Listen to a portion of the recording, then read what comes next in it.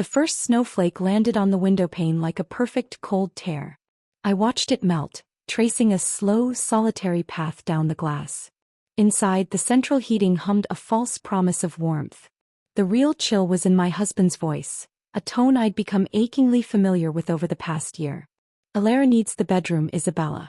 The doctor said complete rest and the guest room bed is too firm for her back." Liam stood in the doorway of my study, his silhouette framed by the hall light. He didn't enter. He rarely did anymore. My study had become my sanctuary, the only room in this sprawling, cold mansion that still held traces of my scent, my books, my spirit.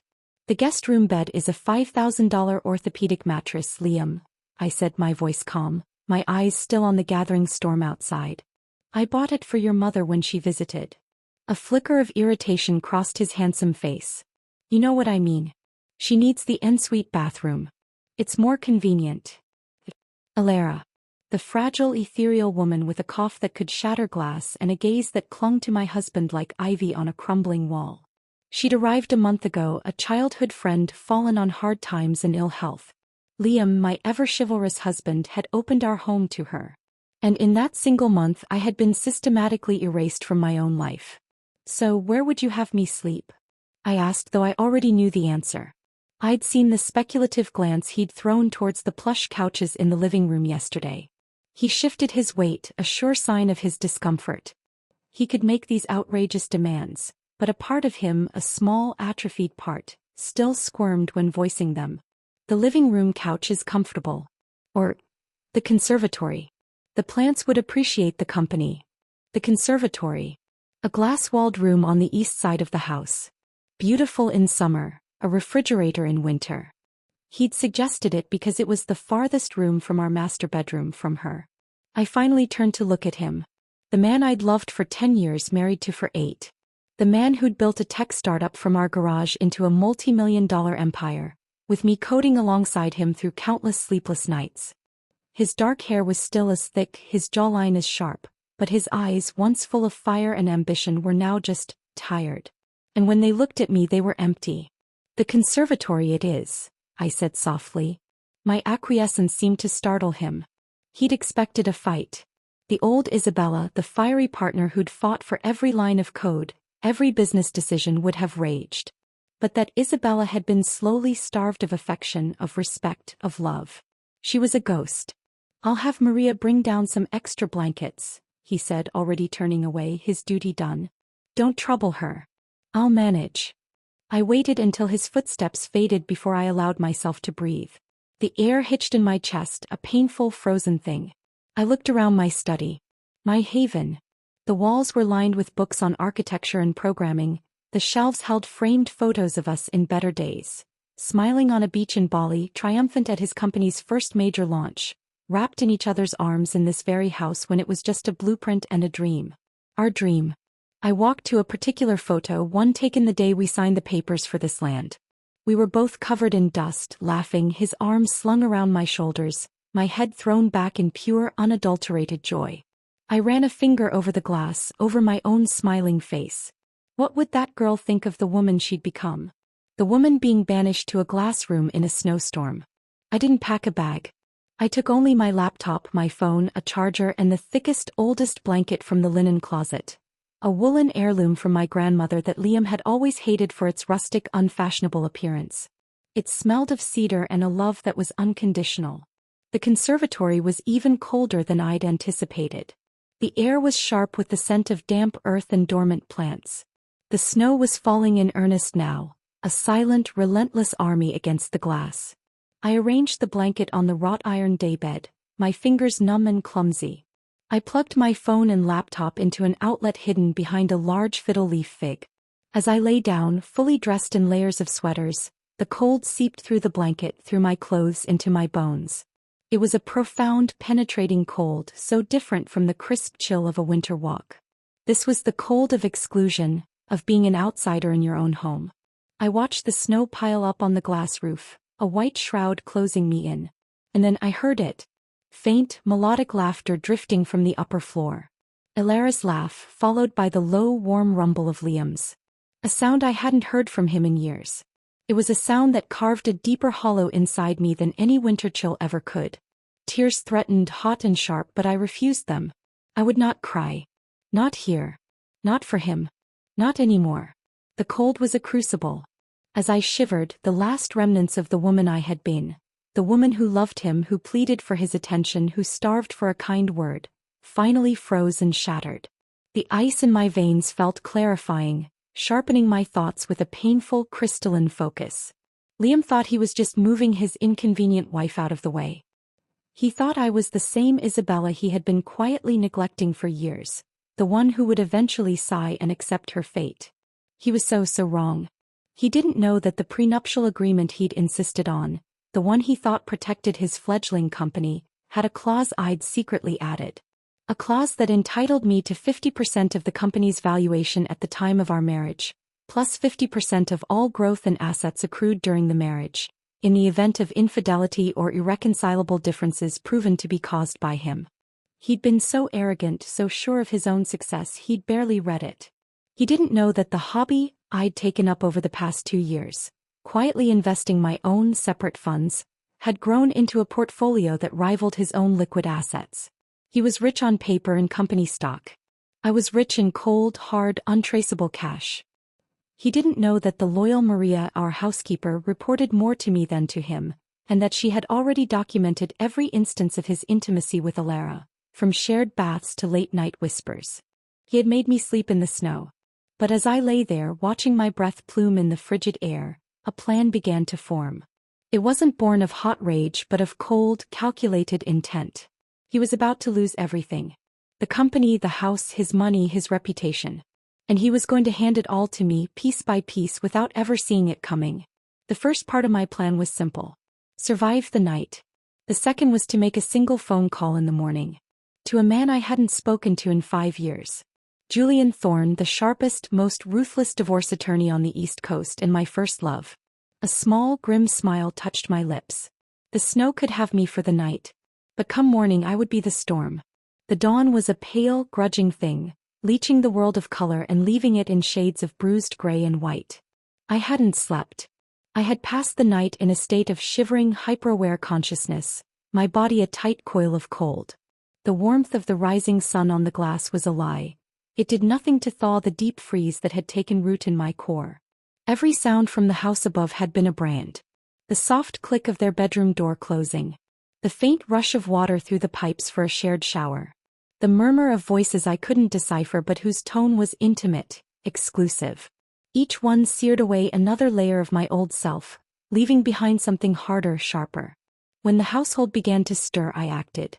I folded the old blanket with numb, stiff fingers, hiding it behind the daybed. I smoothed my rumpled clothes and ran my hands through my hair, trying to look presentable if not pristine. The key was to appear subdued, defeated but not suspiciously broken. I had to be the ghost he expected me to be. I slipped into the kitchen through the garden entrance just as Maria was starting the coffee. Her kind, wrinkled face tightened with concern when she saw me. "Senora Isabella," she whispered, her eyes darting towards the ceiling. "You are okay?" I heard, "The conservatory." "I'm fine, Maria," I said, my voice hoarse from the cold. I poured myself a scalding cup of coffee, letting the heat seep into my hands. "Thank you for the concern. It is not right," she muttered under her breath, aggressively wiping the counter. "A man who forgets his wife is the foundation he builds his house on sand." Her words, simple and steeped in an old-world wisdom, struck a chord. I gave her a small, genuine smile, the first in a long time. "The foundation remembers, Maria. Don't worry." I took my coffee and retreated to my study before Liam or Alara could appear. Locking the door, I leaned against it, my heart hammering not from fear but from anticipation.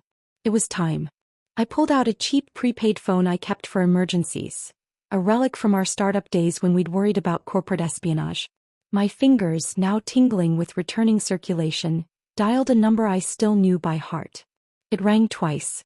Thorne. The voice was exactly as I remembered it.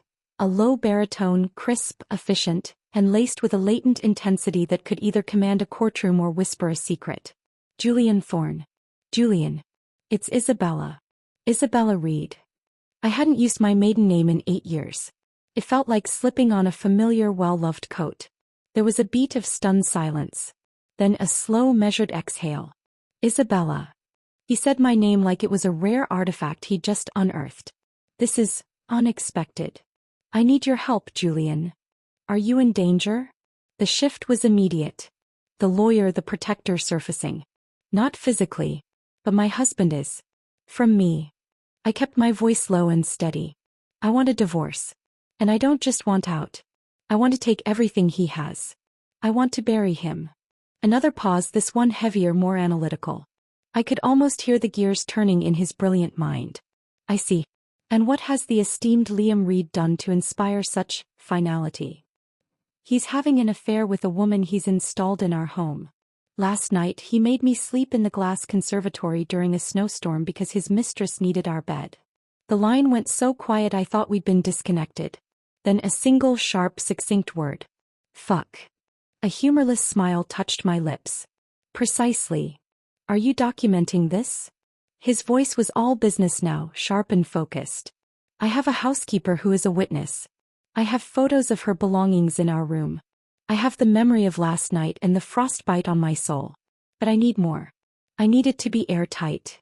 We'll get it, he said, and the confidence in his voice was a lifeline thrown into my frozen world. We'll need financials. Everything. The prenup. The one he insisted on. I have a copy. There's a clause, Julian. My clause. I heard the rustle of paper. He was already taking notes. Tell me. I recited it verbatim.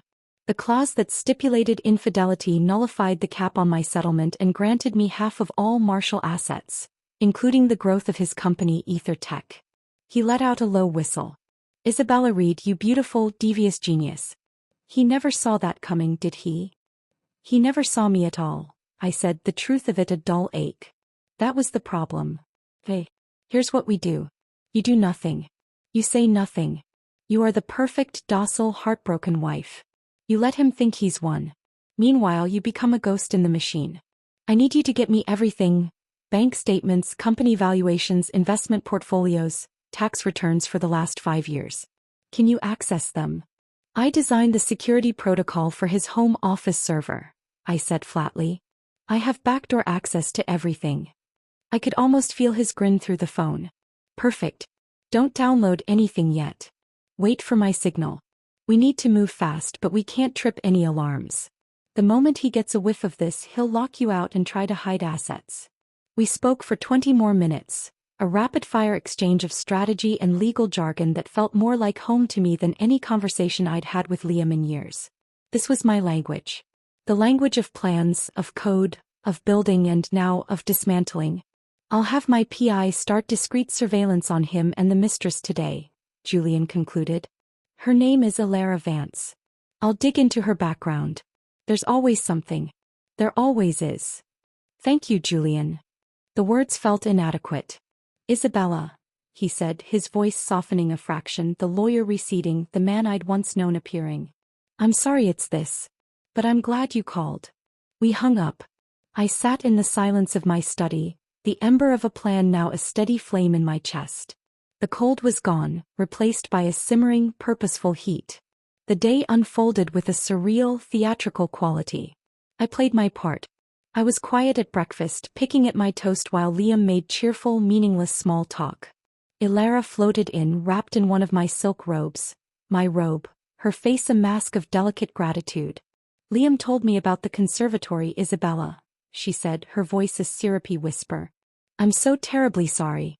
I just felt so faint last night. It was no trouble, I murmured, not meeting her eyes. Your health is what's important. I saw Liam's shoulders relax. He saw my submission as victory. He reached over and patted my hand, a condescending, dismissive gesture.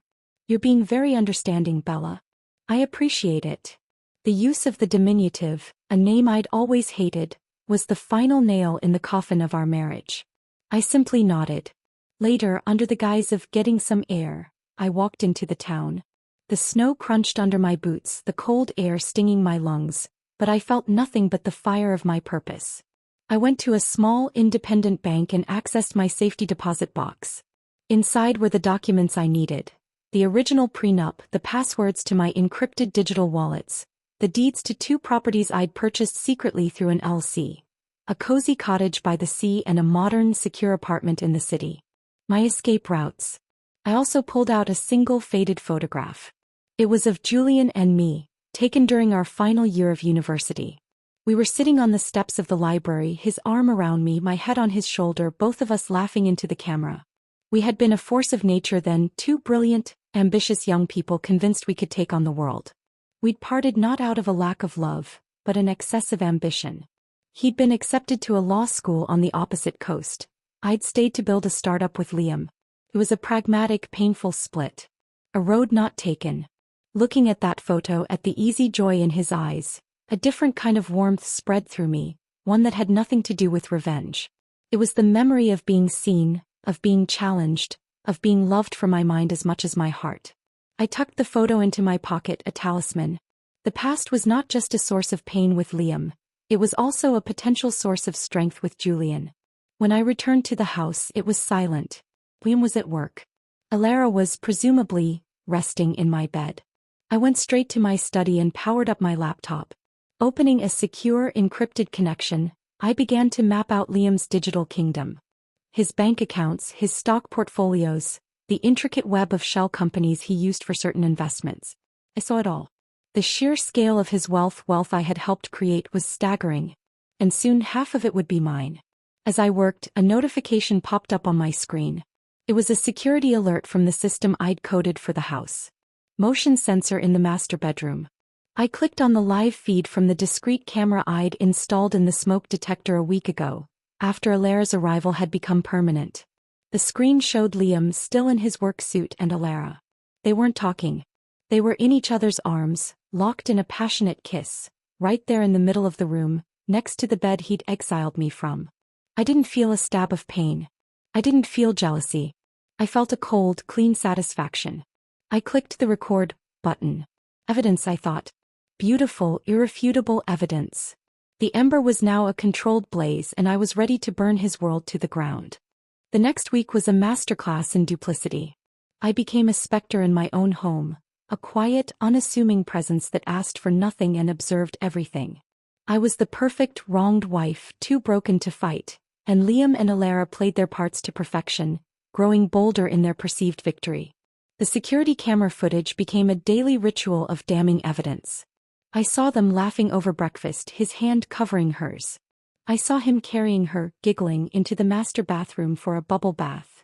I saw her going through my jewelry box, trying on my grandmother's pearls, the one thing I would never let Liam touch. Each clip was a piece of the puzzle, a brick in the wall I was building around their future. Julian and I spoke every day on the burner phone, our conversations a brisk, efficient exchange of information. "He's transferring funds," I told him one evening, hunched in my study with the door locked. I was watching the real-time data from his financial accounts stream across my screen. Large sums.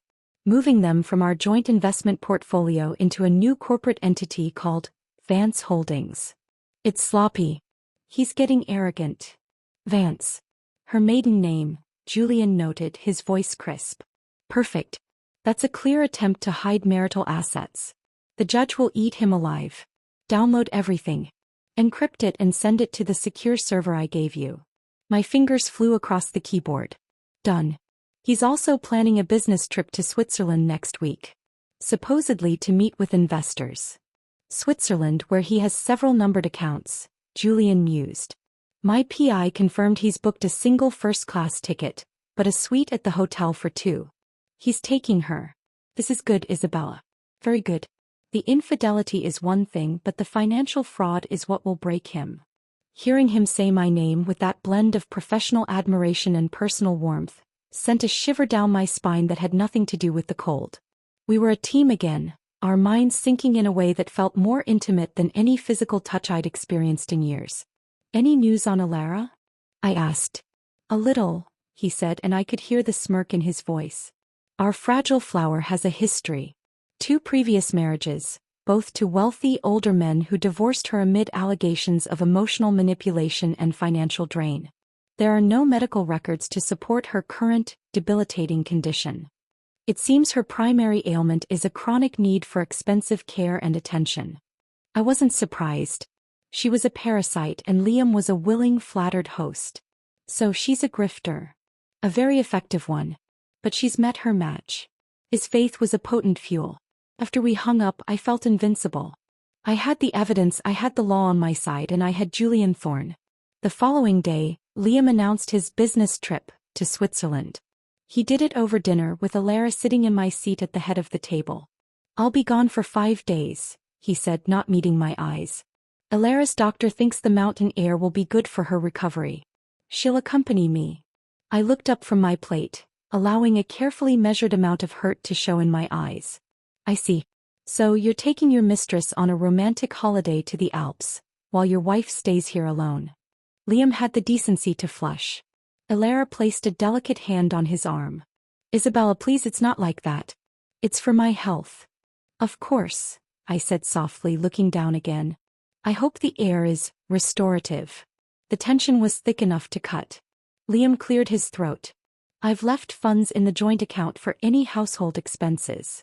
The joint account he'd nearly drained, I thought. How generous. The day they left was a relief. The house for the first time in weeks was my own. The oppressive weight of their presence lifted.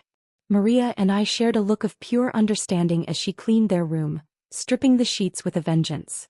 With them gone, I could work openly. I spent the days in Liam's home office, a room I usually avoided. I imaged his hard drives, sifted through his physical files, and found a trail of receipts for gifts I'd never received. A diamond bracelet, a vintage watch, stays at boutique hotels in the city. All for Alara. But the most significant find came on the third day. Buried in a forgotten folder on the server, I found the original business plan for Ether Tech. My name was on the front page right next to his. A proposal by Liam Reed and Isabella Reed. I had written entire sections of it. The technical architecture, the scalability projections. I'd designed the first prototype. My fingerprints were all over his empire and he had conveniently forgotten. I was clutching the printed pages, the past a physical weight in my hands, when my phone buzzed. It was Julian. "They've landed," he said without preamble. "My guy has them. He's sending photos now." A moment later, my secure server pinged. I opened the file. There they were, in glorious high resolution. Liam and Alara, wrapped in furs, laughing as they got into a private car at the Zurich airport. Another showed them checking into the hotel, his arm possessively around her waist. A third, taken through a long lens from a building across the street, showed them on the balcony of their suite, sharing a bottle of champagne, toasting the snow-capped mountains. He was wearing the sweater I'd knitted for him 2 Christmases ago. The last vestige of any sentimental attachment I had to that man shriveled and died. It was a clean, surgical severance. "It's enough, Julian," I said, my voice steady. "More than enough." "It is," he agreed. "But we wait. Let him enjoy his trip. Let him feel secure. The day he returns, we'll have the papers served at his office. It will be a public spectacle. He'll be completely blindsided." The plan was perfect. But a new, more daring idea began to form in my mind. Reclaiming my life wasn't just about taking his money. It was about taking back my space, my identity. "Julian," I said, a new resolve hardening my voice. "I'm going to do something. While he's gone." "What?" he asked, instantly alert. "I'm reclaiming my bedroom." There was a long silence on the other end. "Isabella, forensically that might not be." "I don't care about the forensics. I care about my soul. I will not let her ghost haunt my space. I'm having every trace of her removed. The sheets, the towels, her clothes, her perfumes. Everything. I'm purging it." I expected him to argue, to counsel patience and cold strategy. Instead, he surprised me. "Good," he said, his voice soft but firm. "Do it. Burn the sage if you have to. It's your house. Take it back." His support was like a key turning in a long-locked door. That afternoon, with Maria's enthusiastic help, we executed the Great Purge. We bagged every one of Alara's diaphanous dresses, her myriad of lotions and potions, the books she'd left on the nightstand. We stripped the bed, the curtains, the rug. Maria took it all to a donation center with strict instructions to get it as far from this house as possible. Then we cleaned. We scrubbed every surface, washed the windows, aired out the room until it smelled of lemon and fresh linen instead of her cloying jasmine perfume. I moved my things back in. My books on the nightstand, my laptop on the desk, my grandmother's quilt on the bed. That night, for the first time since her arrival, I slept in my own bed. The mattress felt different, the room smelled different. It was no longer a place of betrayal but a fortress I had reclaimed. I lay in the dark, the memory of the snowstorm a distant nightmare. The cold had forged me into something new. Something harder. Something capable of anything. I was no longer the woman who had been banished. I was the queen taking back her castle. And soon the king would return to find his throne gone, his treasury empty, and his kingdom under new management. The day of Liam's return dawned bright and brittle. A false spring had melted the snow, leaving the world glistening and exposed. I felt a similar clarity. The purging of the bedroom had been a catharsis, a spiritual reset. The house was mine again. Today the legal reclamation would begin. Julian's plan was set. The divorce papers detailing the infidelity and the fraudulent transfer of assets to Vance Holdings would be served to Liam at 2 p.m., right in the middle of his executive board meeting. It was a deliberately brutal public humiliation, designed to shatter his carefully cultivated image of the powerful, in-control CEO. My role was to be the picture of domestic normalcy. I was to be at home waiting. I dressed carefully in a simple, elegant black dress. Not mourning but power. I applied a light touch of makeup, enough to look composed, not enough to look like I was trying. I was the calm before the storm, the eye of the hurricane. At 1:30 p.m. my burner phone buzzed. Julian. All set on my end, he said. The process server is in the building. How are you holding up? Surprisingly calm, I replied, looking out the window at the clean, washed world. I feel like I'm watching a play I've already seen the ending to. Just remember, no matter what he says or does when he finds out, you hold your ground. You're a rock. You say nothing. You refer him to me. Understood. Understood. We hung up. The next hour was the longest of my life. I paced the living room, my heart a frantic drum against my ribs. This was it. The moment the carefully constructed traps sprung shut. At 2:17 p.m. my personal phone erupted. Liam's name flashed on the screen. I let it go to voicemail. It rang again. And again. On the fifth call I picked up. I said nothing. Isabella. His voice was a ragged, furious roar. I could hear the echo of his office, the frantic energy of a man whose world was imploding. What the hell is this? What have you done? I remained silent, letting his anger crash against my quiet. Are you there? Answer me. You bitch. You're trying to destroy me. These papers. These lies. I took a slow, quiet breath. You should speak with my attorney, Liam. Julian Thorne. I believe you have the paperwork. My voice was ice calm. The mention of Julian's name seemed to short-circuit his brain. Thorne? You're your college boyfriend? You're screwing him, aren't you? This is a setup. You're trying to take my company. Our company, I corrected softly.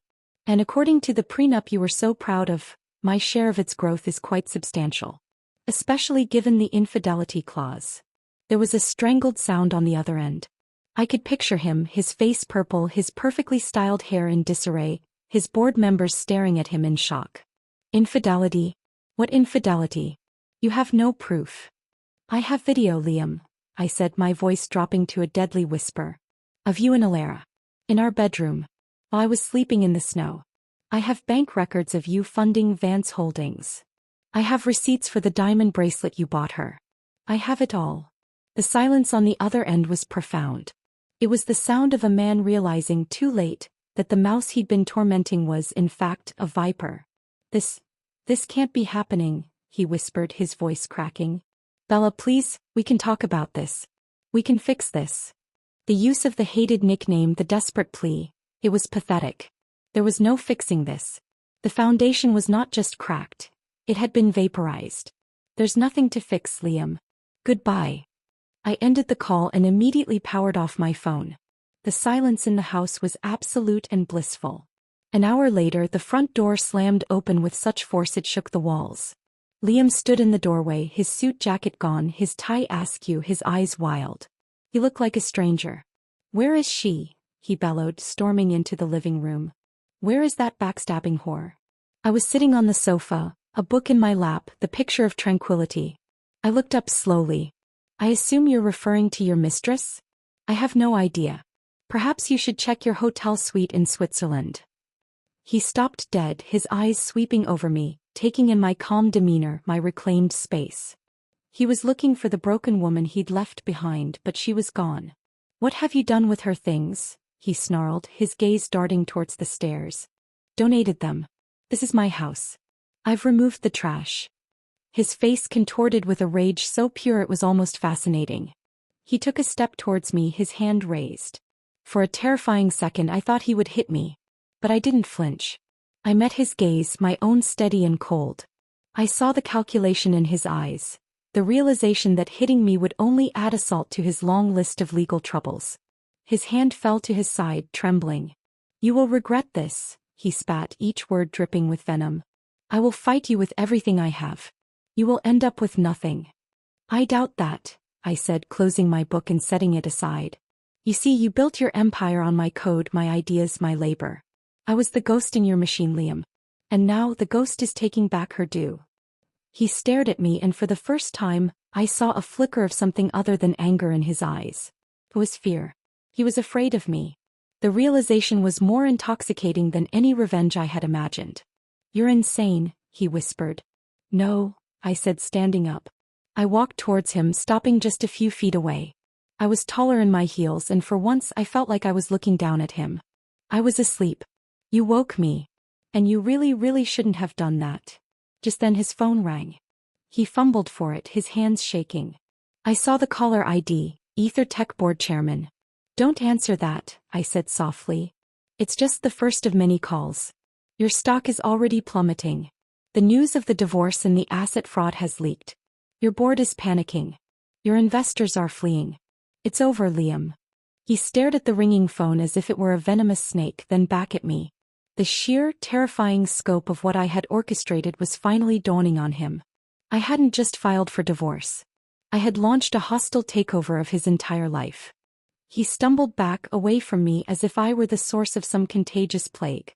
Without another word, he turned and fled, the front door swinging shut behind him, leaving me alone in the quiet, sunlit house. The unraveling had begun. And I was the one holding the thread. The days that followed Liam's dramatic exit were a whirlwind of quiet, satisfying activity. My main phone was inundated with calls, from reporters smelling blood in the water, from concerned mutual friends, from Liam's frantic lawyers. I ignored them all. My only point of contact was Julian and the secure line we used.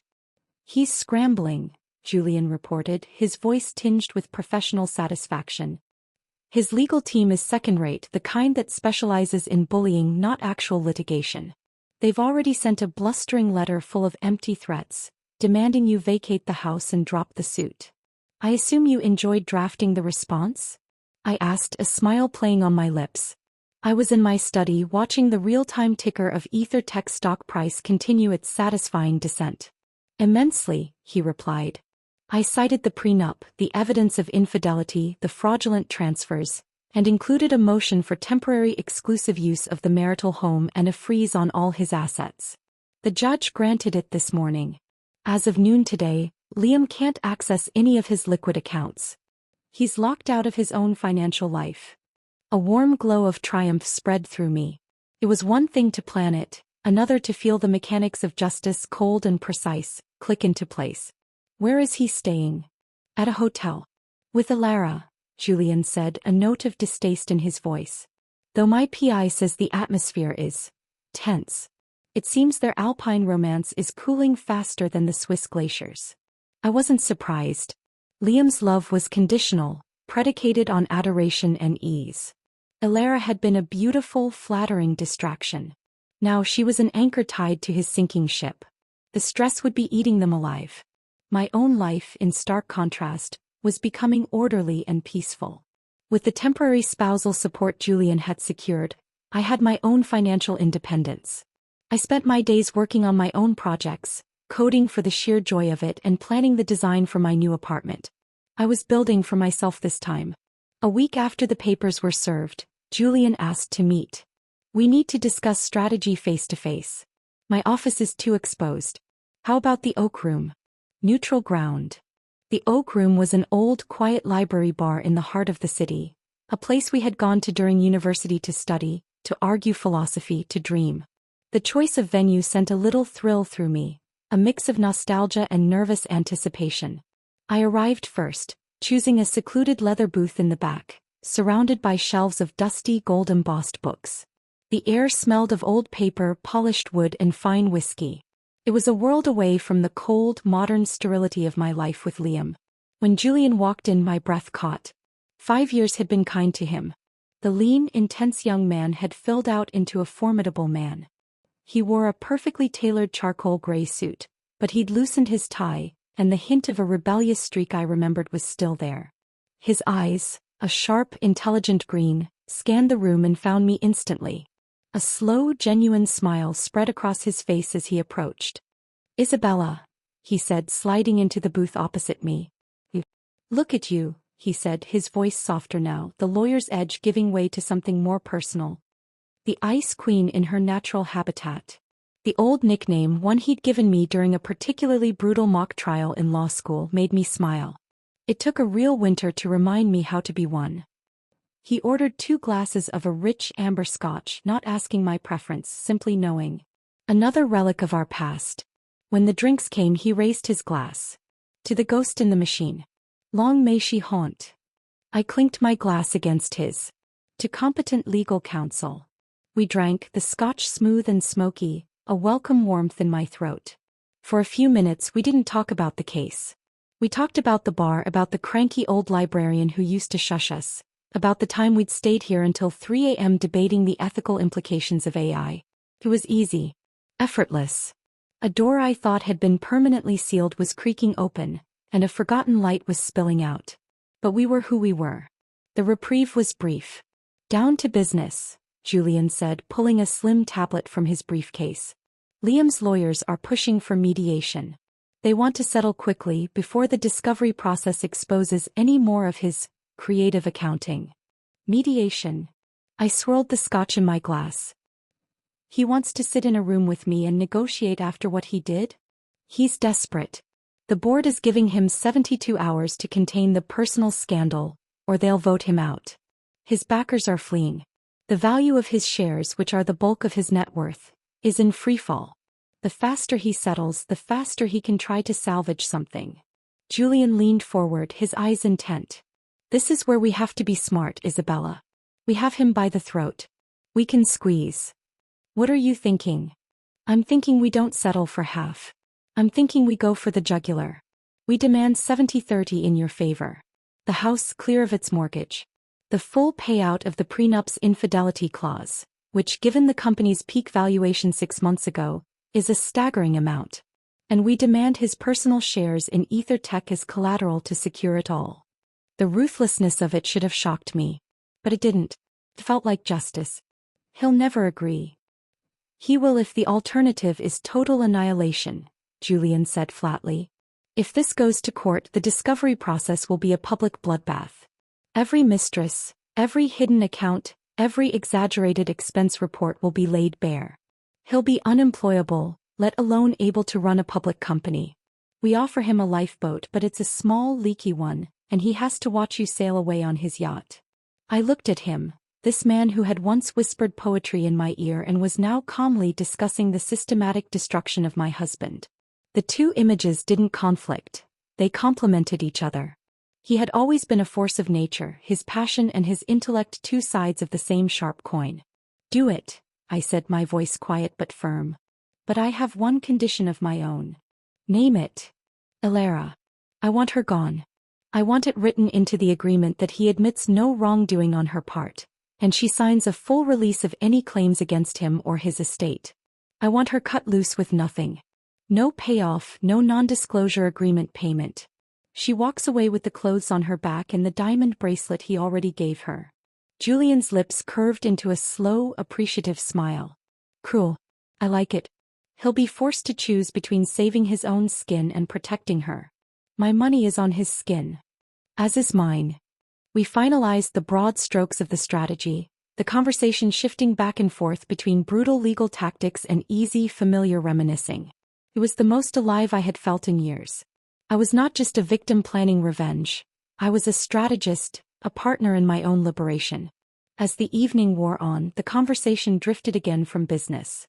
"And what about you, Isabella?" he asked, his gaze searching. "After the dust settles, what does the world look like for you?" The question caught me off guard.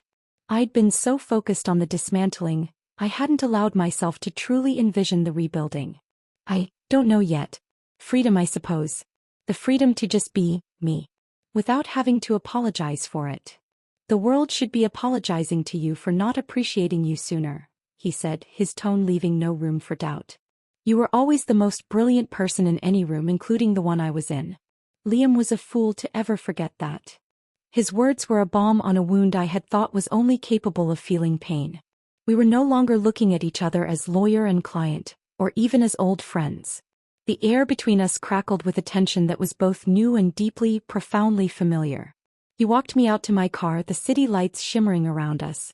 The night was cold, but I felt wrapped in a warmth that came from within. "Isabella," he said as I unlocked the door. He reached out, his hand hesitating for a moment before he gently brushed a stray strand of hair from my cheek.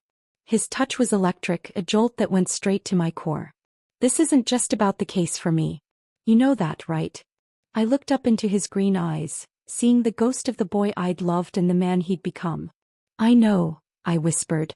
He leaned in, and for a heart-stopping moment I thought he would kiss me.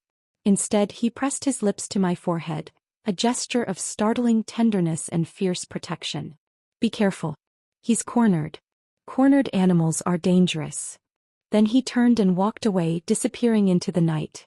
I drove home in a daze, my skin still tingling from his touch. The house was dark and silent when I entered, but it no longer felt empty. It felt like a canvas, waiting for a new painting to be drawn upon it. I had gone to that meeting as a woman seeking vengeance.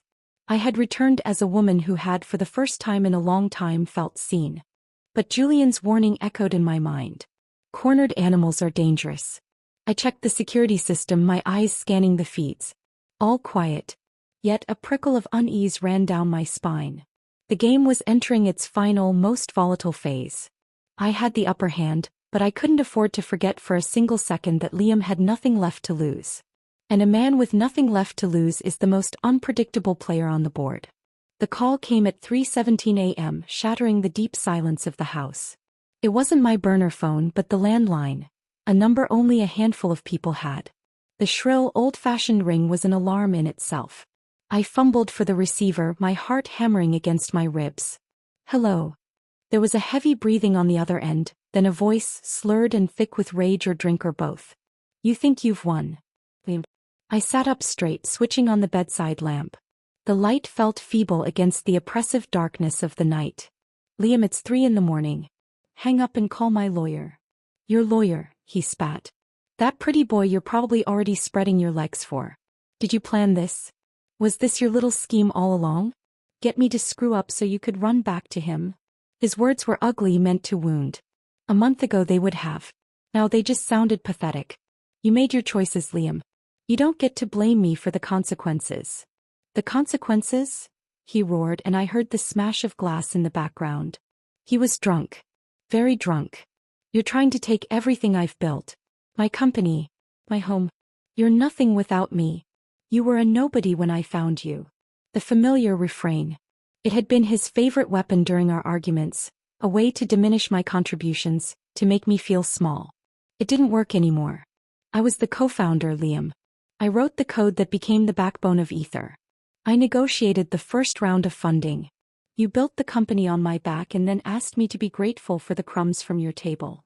My voice was calm, a stark contrast to his hysterics. "The truth is, you were nothing without me. And now you're about to find out what that feels like." The silence on the other end was deafening. I had never spoken to him like this before.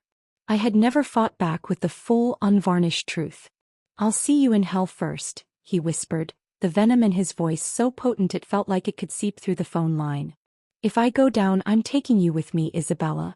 I swear to God. You'll regret the day you ever crossed me." The line went dead. I sat there, the dial tone buzzing in my ear, a cold dread seeping into my bones. This was more than bluster. This was a threat. Julian was right. A cornered animal. I immediately called him on the burner. He answered on the first ring, his voice alert as if he'd been awake. Isabella? What's wrong? Liam just called. The landline. He's drunk, he's furious. He threatened me. Said he'd take me down with him. Okay, listen to me, Julian said, his tone instantly shifting into command mode. First, call the police. Report the threatening call. Get a report number. It starts a paper trail. I'm on my way over. You don't have to. I'm on my way, he repeated, and the line went dead.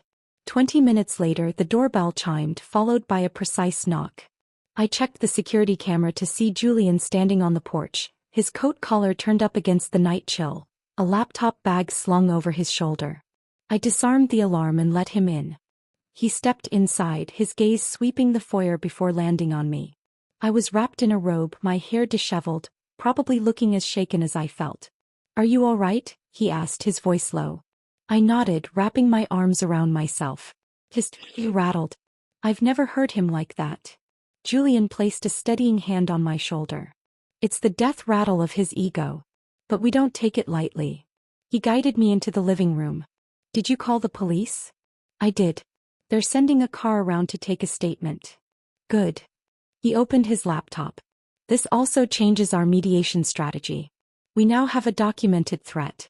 We can use it to demand he only communicates through lawyers and to request a restraining order if necessary. It strengthens our hand immeasurably. While we waited for the police, we sat on the sofa, the glow of his laptop screen the only light. He showed me the formal settlement proposal he had drafted. It was every bit as brutal as he had promised. Seeing it in black and white, the cold legal language detailing the transfer of vast sums of wealth and property from Liam to me was surreal. The mediation is scheduled for tomorrow at 10, Julian said. With this new threat, I'm going to insist he be in a separate room. You won't have to see him. The thought was a relief. I wasn't afraid of Liam, not exactly, but the ugliness, the sheer hatred was toxic. I didn't want to be in the same room with it. The police came, took my statement, and left with the promise of increased patrols in the neighborhood. After they were gone, the house felt large and hollow again. The night's events had left a stain on the peace I had worked so hard to reclaim. You should try to get some sleep, Julian said, closing his laptop. I can stay.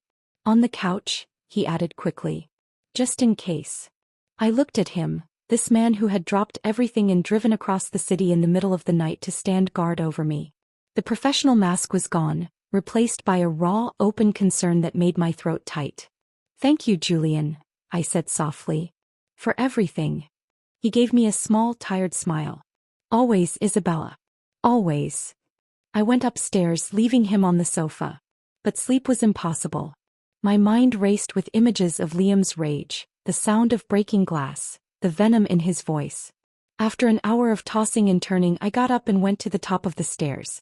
A soft light glowed from the living room. I crept down a few steps and peered over the railing. Julian wasn't sleeping. He was standing by the large picture window, looking out at the dark, silent street, a silent sentinel in the night. His profile was sharp and thoughtful in the dim light, a warrior guarding his keep. My heart swelled with a feeling so powerful it stole my breath. It wasn't just gratitude. It wasn't just the rekindling of an old flame. It was a profound, soul-deep recognition. This was what it felt like to have a partner. Not someone who saw you as a supporting character in their story, but as an equal. Someone who would stand watch in the dark so you could rest. I went back to bed, but this time I slept. The house was no longer just a fortress I had reclaimed. It was a fortress that was being guarded. The next morning I came down to find Julian in the kitchen making coffee. He had somehow commandeered Maria's role and was moving with a surprising ease. The domesticity of the scene was both strange and wonderfully comforting. We need to leave in an hour, he said, handing me a steaming mug. Ready for war? I took the coffee, our fingers brushing. A current passed between us, warm and alive. More than ready, I said, and I meant it. I was no longer the woman who had been banished to the snow. I was no longer the ghost in the machine. I was Isabella Reed, and I was walking into mediation not to plead my case, but to accept my victory. And I was walking in with Julian Thorne by my side. The cornered animal was about to meet its hunter. The mediation was held in a sterile beige conference room on the 20th floor of a downtown office tower. The view was of a steel and glass cityscape, a world of cold, hard surfaces that mirrored the proceedings about to unfold. As Julian had arranged, Liam and his lawyer were sequestered in a room down the hall. We would communicate through the mediator, a stern, silver-haired woman named Miss Gable, and through the exchange of documents. The threat from the night had given us this small but significant victory. I wouldn't have to endure the poison of his gaze. We sat on one side of the polished mahogany table, Julian and I.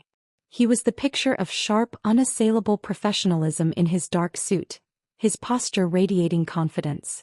I wore a simple tailored navy dress, my own armor. I was calm. The frantic heartbeat of the night had been replaced by a steady, determined rhythm. Miss Gable began with a monotone recitation of the rules. Then she turned to Julian. "Mr. Thorne, your settlement proposal." Julian slid a copy of the document across the table. "As you'll see, Miss Gable, we are seeking a disproportionate division of assets, given the egregious nature of Mr. Reed's conduct, both his infidelity and his subsequent attempts to hide marital assets. We have detailed evidence of both, which we are prepared to enter into discovery if necessary." Miss Gable put on her glasses and began to read. The only sound was the rustle of paper and the distant hum of the city. After what felt like an eternity, she looked up, her expression unreadable. "I will present this to Mr. Reed and his counsel." She left the room, taking our nuclear option with her. The minutes ticked by. Julian leaned over. "He's going to explode. Just remember, you don't have to hear it." I nodded, my hands clasped tightly in my lap. I focused on my breathing, on the solid, reassuring presence of Julian beside me. Suddenly, a muffled roar echoed from down the hall. We couldn't make out the words, but the fury was unmistakable. A door slammed. Julian didn't even flinch, he simply checked his watch. Miss Gable returned 10 minutes later, her lips pressed into a thin line. "Mr. Reed has initial objections." She was the master of understatement. "He has counter-proposed a division of assets that reflects the original prenuptial agreement, sans the infidelity clause which he continues to dispute."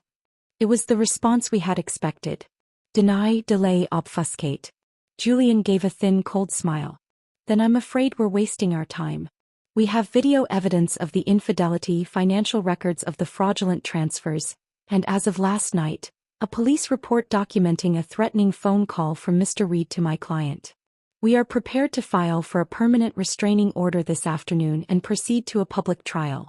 The discovery process will be comprehensive." He let the word hang in the air, a promise of utter ruin. Miss Gable's eyes widened slightly at the mention of the police report.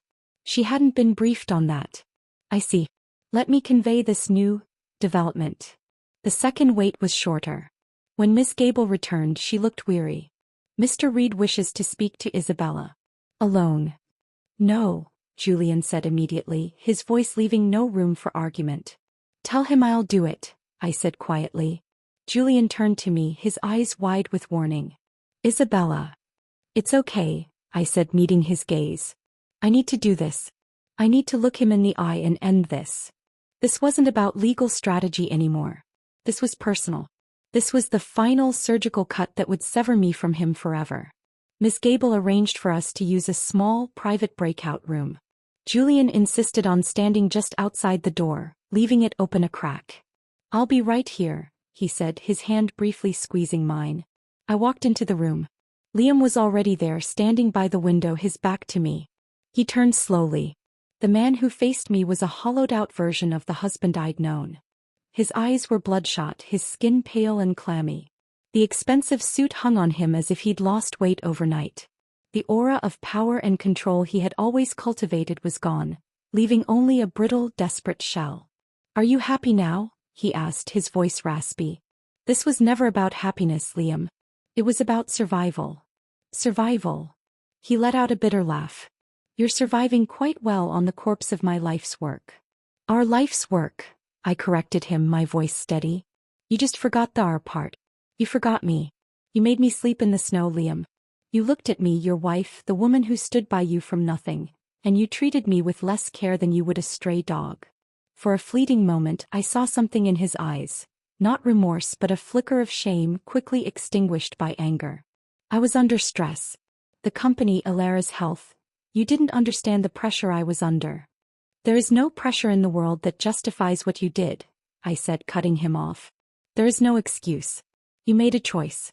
Every day you chose her. You chose to disrespect me, to belittle me, to erase me. And now you get to live with the consequences of those choices. He took a step toward me and I saw the man from the phone call resurface, the cornered animal. And what about your choices? Scurrying back to your old boyfriend? Was he waiting in the wings this whole time? This isn't about Julian, I said, though the lie tasted faint on my tongue. This is about you and me. And there is no you and me anymore. There is just the division of property. Sign the papers, Liam. Take what we're offering you. It's more than you deserve and you know it. Fight us and you will have nothing. Not the company, not your money, not your reputation. Just Alara. And we both know she won't be around for long once the money's gone. I had struck the fatal blow. The mention of Alara's conditional loyalty was the truth he couldn't avoid. His shoulders slumped, the last of his fight draining away. He looked broken. Truly, utterly broken. You never loved me, he whispered, a final, pathetic attempt to wound. I loved you more than you ever deserved, I said, my voice soft with a finality that echoed in the small room. And that was my greatest mistake. I turned and walked out, leaving him there in the ruins of his own making. Julian was waiting, his posture tense. He searched my face. I'm okay, I said, and for the first time I truly was. We went back to the main conference room. 15 minutes later, Miss Gable returned with Liam's lawyer. My client, the lawyer said, his voice tight with displeasure, will accept the terms of the settlement. The words landed not with a bang but with a soft, definitive click. Like a lock turning. Like a door closing. It was over. We spent the next 2 hours going through the tedious formalities, signing a mountain of documents. I signed my maiden name, Isabella Reed, with a flourish, reclaiming it fully. When the last paper was signed, Julian and I walked out of the building together. The afternoon sun was bright, washing the city in a golden light. I stopped on the sidewalk, tilting my face up to the sky, feeling its warmth on my skin. I felt light, as if I had been carrying a lead weight for years and had only just set it down. Julian stood beside me, watching me. You were magnificent in there, he said quietly. I looked at him, at the man who had been my sword and my shield. The professional distance was gone from his eyes, replaced by an open, unguarded admiration that made my breath catch. It's over, I breathed, the reality of it finally sinking in. No, Isabella, he said, a slow, genuine smile spreading across his face. It's just beginning. He offered me his arm. I took it, my hand slipping into the crook of his elbow, a perfect fit. And together we walked away from the battlefield, not into the sunset of an ending, but into the dawn of everything that was yet to come. The first few weeks of true freedom were a study in quiet rediscovery. The settlement was executed with brutal efficiency under Julian's watchful eye. The money was transferred, the deed to the house was signed over to me alone, and Liam's shares in EtherTech were liquidated to fund my payout. He was left with a bruised ego, a crippled company, and, as predicted, a suddenly recovered Alara who vanished the moment the final wire transfer cleared. The mansion felt different now. It was no longer a monument to a failed marriage or a fortress I had to defend. It was simply a house. A very large, very empty house. I walked through the rooms, my footsteps echoing on the polished floors, and felt not pain or triumph, but a profound sense of possibility. It was a blank slate. I put it on the market. It sold in a week, for a staggering sum to a tech billionaire who appreciated the architectural vision. I didn't need the money, but I needed the clean break. The day I handed over the keys, I felt a chapter of my life slam shut, not with a vengeful bang but with a gentle final click. I moved into my city apartment, the one I'd bought secretly through my LLC. It was a bright, modern space on a high floor, with floor-to-ceiling windows that looked out over the sparkling skyline. It was mine. Every piece of furniture, every book on the shelf, every piece of art on the wall was a choice I had made for myself. The feeling was intoxicating. Through it all, Julian was a constant, steady presence. Our relationship, once confined to secure calls and legal strategy, blossomed in the open air of my new life. We had dinner. We went for long walks through the city. We talked for hours, not about lawsuits or Liam, but about books, about travel, about the absurdities of life, about the people we had become. It was both familiar and thrillingly new. The sharp, ambitious boy I'd loved was still there, But he was tempered now by experience and a deep, inherent kindness. He challenged me, he made me laugh, and he looked at me as if I held the secrets of the universe in my eyes. One evening, a month after the mediation, he came over to my new apartment. I cooked dinner, a simple pasta, and we ate by the window, the city lights twinkling below us like a carpet of fallen stars. "It's official," he said, raising a glass of wine. "The divorce was finalized today. You are a free woman, Isabella Reed." I clinked my glass against his, a slow smile spreading across my face. "It feels lighter than I expected." "That's because you carried the weight of it for so long, you forgot what it felt like to stand up straight." He looked at me, his expression turning serious. "What will you do now? With all this freedom?" I looked out at the vast, glittering city. "I'm not entirely sure. I have ideas. A philanthropic foundation focused on funding STEM education for girls. Maybe my own tech startup. Something small, something I can build on my own terms." I looked back at him. It's a strange feeling having the whole world as a possibility. "The world has always been your possibility, Isabella," he said softly. "You just loaned your light to someone who kept it in the dark." He reached across the table, his hand covering mine. His touch was warm, solid, real. "I have to tell you something," he said, his green eyes holding mine. "These last few months, it wasn't just about the case for me. It was never just about the case. Seeing you again, seeing the fire in you, the strength, it reminded me of what I walked away from all those years ago. And it's my greatest regret." My heart began to beat a wild, hopeful rhythm. "We were young, Julian. We had different paths. Our paths led us back to each other," he said, his thumb stroking the back of my hand. "And this time I'm not walking away. Not unless you tell me to." He stood up, pulling me to my feet. We stood there in the soft light from the city, surrounded by the new life I had built. He cupped my face in his hands, his touch infinitely gentle. "I love you, Isabella," he whispered, the words a vow. I never stopped. Tears welled in my eyes, but they were not tears of sadness or pain. They were tears of release, of a long-hour homecoming. "I love you too, Julian." He leaned in and finally his lips met mine. It was not a kiss of frantic passion, though the heat was there, a slow-burning fire. It was a kiss of promise. A kiss of second chances. It was the feeling of a key turning in a lock I thought was forever sealed, of a door swinging open onto a future I had barely allowed myself to dream of. We broke apart, foreheads resting together, breathing each other's air. Outside, the city hummed with life, a symphony of possibilities. The past was a closed book. The future was an unwritten page. And for the first time in a very, very long time, I couldn't wait to begin. The end.